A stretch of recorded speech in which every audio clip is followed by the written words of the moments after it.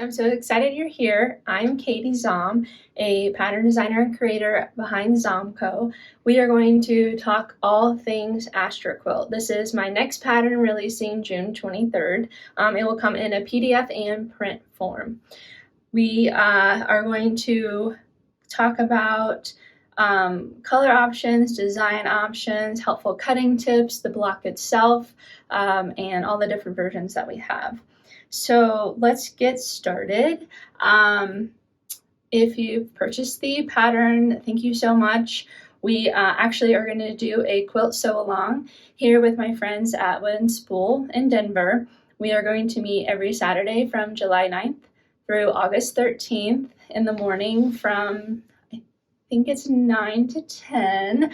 Below in the show notes, I'll put all the information, and within this entire video, the show notes below will have all the links and information I'm also talking about. So let's then dive in. So design options. So there's multiple versions. 2 of them come within the pattern, modern and traditional. Behind me is the traditional. You can notice each block is going to have the same fabric in the same location. So the center block is A, is going to be the same throughout. It is yardage based mostly. There are a few fat quarters that can be used, but yardage is mostly, and I will be selling this in a bundle with yardage. The second option that comes within the pattern is a modern version. You can see here in this baby example, each block, the fabric is going to be mixed and matched with the back quarters. I have one more example to show you of the modern. Here's another one. And what I love about this is it really just kind of gives you that like mixed, chaotic look. I know it is really nice being fat quarter friendly. Okay, and then there's 2 other ones that are like a bonus, if you will. That's not in the pattern. You can go to my website, zom.co/Astra Quilt, ASTRAQUILT. And I go through step by step of the 2-color block. Now within the pattern, there is a pillow baby throw in bed size. This is a pillow. I have written out the changes. It's really simple though. The only thing you have to change is a center square, A, and make it the background. And just so I just add the requirements here and add it to the background. Again, I have all the math done for you on my blog post. So I'm actually going to be making during the quilt along, a fun, kind of like just a multicolor one. It's not really rainbow or anything, but if you were into rainbow or ombre look, the 2-color block version is going to suit you well. So basically everything here that's going to be black is going to be pink, and then my background that I have. So then that will be one block, and then the next one will be like a darker pink. So you can kind of see, again, the blog post kind of gives you a picture of what this kind of looks like. So those are the design options.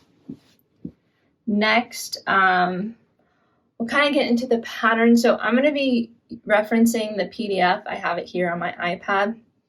If you have the print version, I think the main differences are the labeling page and the coloring template are going to be on the website. So make sure you visit the website to print those out or to reference them if you need to. And then I think this one has like a table of contents and my print version does not. So anyhow, let's flip through it and kind of give you some tips here and there.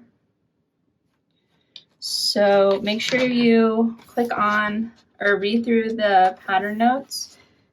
Anything underlined within the PDF is a hyperlink for you to take you to my blog post. Fabric. So small volume and is really good.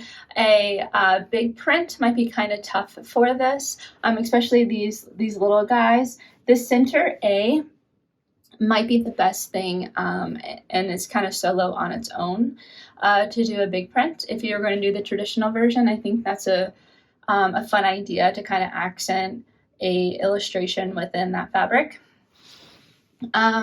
Directional fabric I think is okay.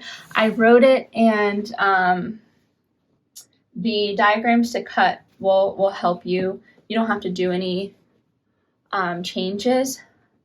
This is kind of an example. So this stripe fabric right here, the square and then the star itself, I think is good. It's good for me. The only thing that gets a little different is these corner squares. You can kind of see they're not all the same direction, but to me it was very small and just didn't really matter. And usually that stuff kind of matters to me, and I let that go. So it's up to you. As far as color families, I highly suggest 3 to 5. I believe I used, and again, this is depending on what you want. So for my fat quarters, I used 3 to 5 family colors for this modern one. And it gave me a good color depth that I was looking for. Of course, if you want to go monochromatic within the traditional, so many options. I mean, the possibilities are endless, and that's one thing of like why I just love this pattern. So let's talk about the block itself. I'm going to use this. So it's combined of squares and rectangles and 2 sets of flying geese. So the flying geese are the outside triangles, and then inside you use another set to make the Sawtooth Star. And then you have 4 corners. These corners are made like you're making a log cabin. There are a few tips on this as well that's not written in the pattern. That's going to be on my blog post, so make sure you kind of check that out. So that's kind of it. Now the let's see. So we went through modern. I'm not sure if I said this out loud, but the cutting instructions within the pattern, there's a diagram for the fat quarters. And if you go to my blog post that I've been referencing, there's going to be a few other diagrams to help with cutting, especially the background. The fabric is, and there's a note on there, but the fabric requirements are definitely minimum. So if you always kind of look for a little bit extra, or you don't mind having extra, definitely buy like 1/8 of a quarter. Should kind of give you the little bit of comfort. The cutting instructions, the final cuts are in bold, and I highly recommend you cutting the bigger pieces, though it might not be laid out that way within the instructions. Cut the bigger pieces because you can always make bigger smaller, but not smaller bigger. So I hope this video has helped you see a little bit more into Astra Quilt, what you're getting into before you even start cutting. And if you're looking for even more tips, tricks, insights, join the quilt along. I honestly want to go through this way more in depth. You're going to get an email every week. If you live locally within Denver, you can come visit, meet me every Saturday morning. And again, every link is below, and thanks for tuning in.